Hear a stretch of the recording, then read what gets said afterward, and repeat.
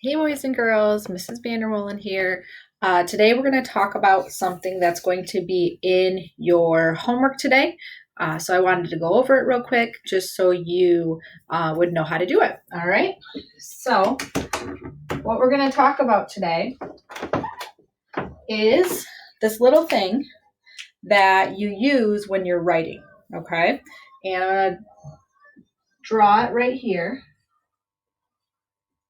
Anybody know what that little mark is? Have you ever seen that little mark? Maybe when you're reading a book, you've seen that mark before. Let's see if I get out a book here. This was a book that we read the other day, Room on the Broom.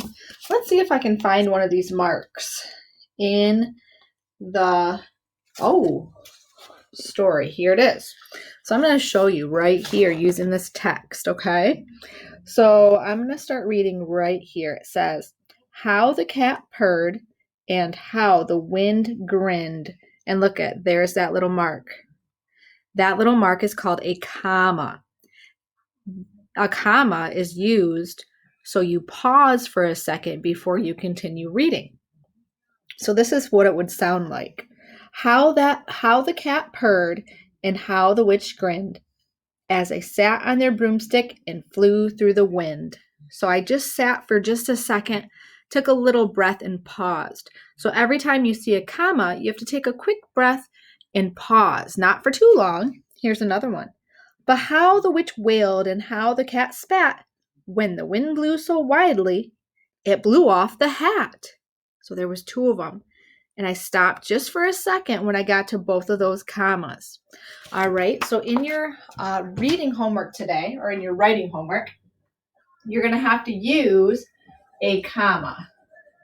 All right, and this is called a comma. It's sort of like a backwards C, almost like a backwards C, okay?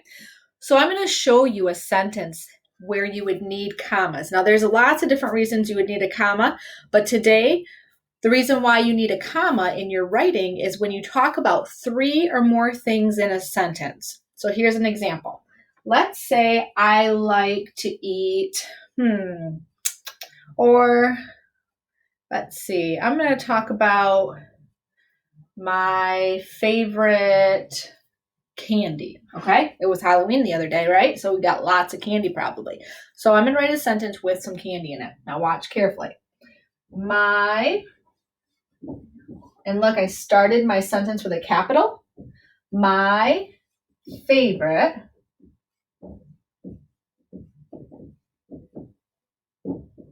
candy is, I'm going to say my favorite candy is Skittles.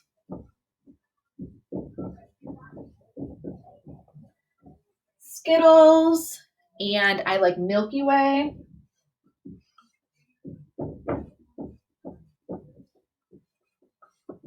And I like, let's go with Rolos, okay?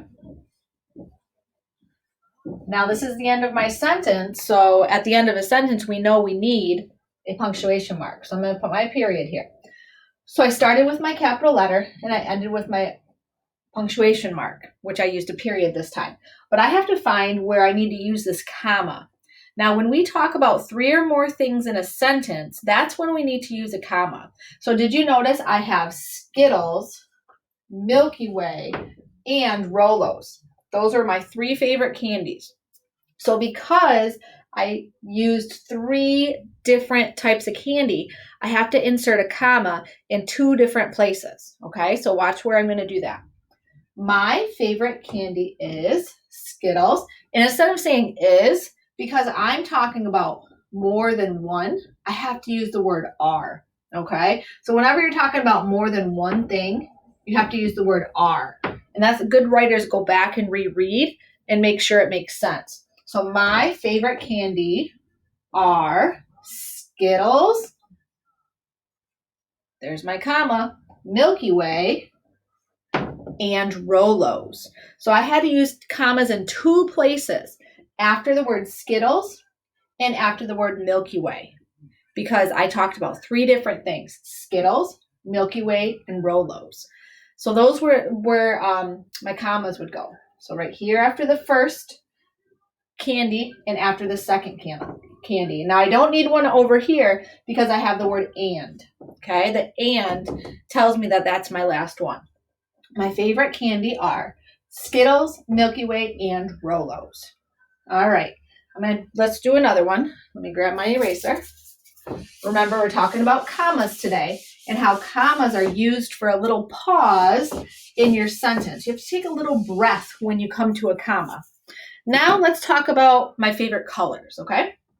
So I'm going to write, again, starting with a capital letter, my favorite colors. And now because I'm talking about lots of colors, I have to use the word are. My favorite colors are, and my first one is green. My second one is blue. And my third one is purple. Now this is the end of my sentence. So again, I need my punctuation mark. There it is. Now I have to go back and find, where do I need to put those commas? I talked about 3 different colors. So I talked about green, I talked about blue, and purple. Because I talked about 3 things or more, I need to have commas in there. So watch where I need my commas. My favorite colors are green, zoop. I go like this. That's my symbol for a comma. I say zoop, blue, zoop, and purple. So I needed to put a comma after the first color, after the second color, and that's it. So whenever you talk about 3 or more things in a sentence, you got to have these little things called commas. Can you say that with me? Commas. So when you are editing your work today in your Readers and Writers Journal, for writing, there's going to be a sentence, and it's going to have some mistakes in it, okay? So you have to read the sentence, and then you're going to have to fix it. And you're going to have to use this comma right here in the correct place. So it goes after the first thing you're talking about and the second thing you're talking about. Then after that, that's it, because we have the word and then the last thing, you just need your punctuation mark. All right, boys and girls, I hope you learned a little bit about commas today. Have a good day.